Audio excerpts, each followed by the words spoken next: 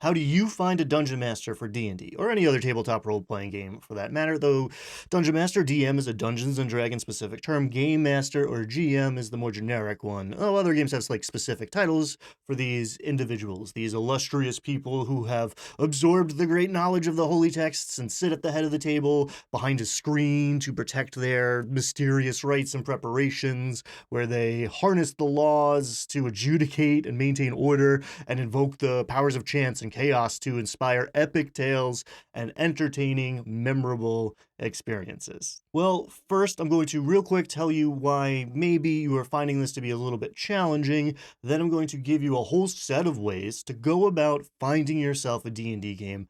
And I hope you watch this one through because I'm dedicating the bulk of this video to the only guaranteed way to find a dungeon master that I know. Let's get into it. Now look, you are not alone. There are a lot of people searching how to find a DM right now. And, you know, with D&D Honor Among Thieves just released, another Dungeons & Dragons show in production, plus Critical Role working on a Mighty Nine series, while the Legends of Vox Machina is still going strong, and a whole golden age of actual play shows and podcasts are going on right now.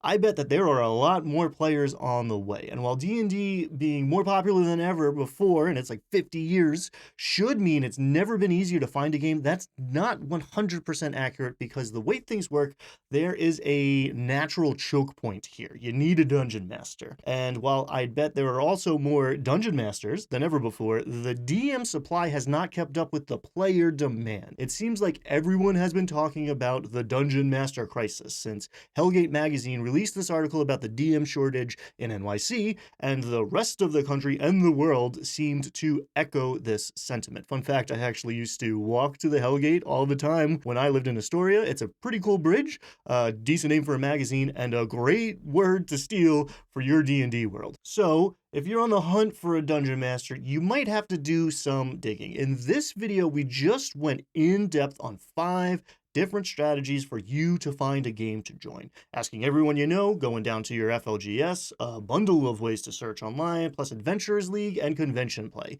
to make sure that once you find them, the DM chooses you for their table and keeps you there. I strongly recommend checking this one out, where I go over some core principles that are easy to follow and will set you apart from a lot of players out there.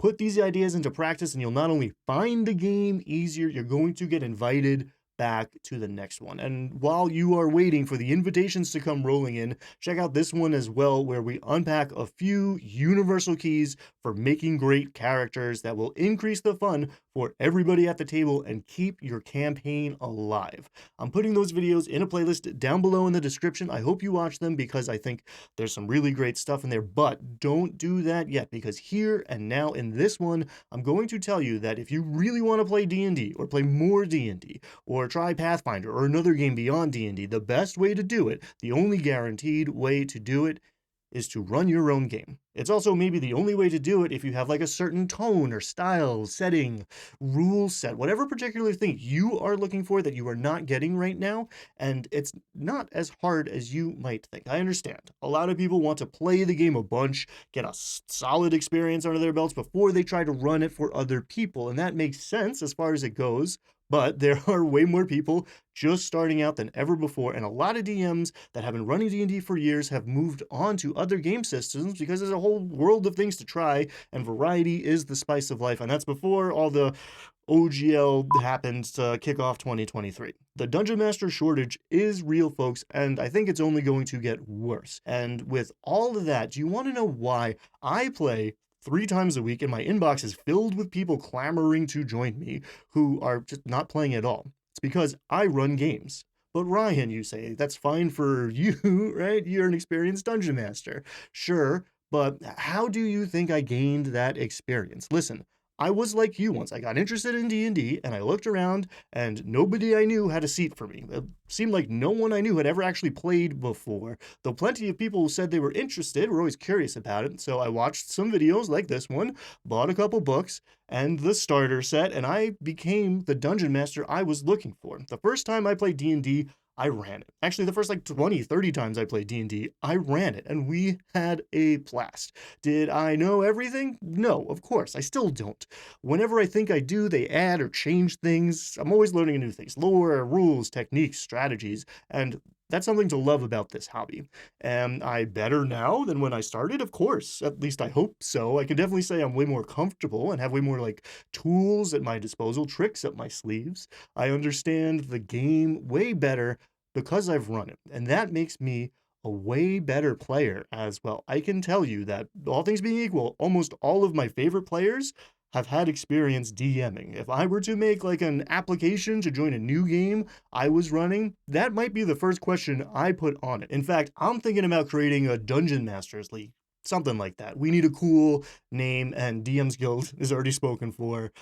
Some setup where dungeon masters take turns running games for each other. I'm still figuring out the details, and maybe I could host it on the Verdigris Table Discord, but I got a lot of plates spinning. And like, look, this used to be the standard way things were done. Everyone ran the game occasionally because it's only fair. There wasn't this like DM player divide that we have going on now. Ask a Grognard how they got started DMing, and they'll tell you that the other guys at the table told them it was their turn.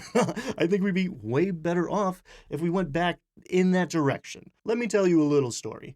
I saw a looking for group post online, I forget where exactly, Reddit maybe, and it read something like, looking for a dungeon master to run Curse of Strahd for a party of 4 players. We have an Aarakocra Peace Cleric, Hollow One Conquest Paladin, yada yada yada. I'm exaggerating, but not by much. And it could just be my own like personal biases that make me see a bunch of red flags there and recoil. So please let me know in the comments what you think about that. I could use a little input on that one for real. Also, I would love name ideas for the DM's Circle, the League of Extraordinary Dungeon Masters. That's not bad, but we can do better. Help me out. And look, so maybe those players looking for a Curse of Strahd game found the perfect DM and went through the whole campaign, had a great time doing it. But I see something like that, and I feel a lot like saying, beggars can't be choosers. And if I had to place a bet, I would say either they're still looking or they gave up, or, and here's my hope, one of those players stepped up and ran that game. There is actually another alternative here. I forgot to mention it in the Find a Game video, but if you can't find a Dungeon Master and you absolutely refuse to be one, you can now pay for one. I've never done it, but I still imagine you have to play what the DM's prepared, though Curse of Strahd is super popular. I bet you could find a game. I did a little digging. It looks like a session runs about $15 to $30 per player per night. And just because I don't have experience with it, I'm not trying to shame anyone for going that way, player or dungeon master. Hell, maybe I'll try it myself one day. But the fact that there's a bunch of pay-to-play games out there shows you how off the supply and demand curve has become. Still, look, I don't want to be all doom and gloom here. With a little bit of preparation and patience and the videos in the description, you can find a game. There are still a lot of dungeon masters who actually enjoy bringing new people into the hobby and teaching this game to folks. I know I'm one of them. But if you want people lining up to play with you, maybe even consider this, people willing to pay you to play D&D, think about becoming a dungeon master. Up next, we're talking about how to set up your game, and whether you're a DM or a player, this one will help you connect to others to play with. Thank you so much for watching. Be kind, have fun, and I'll see you next time. Nah. Okay.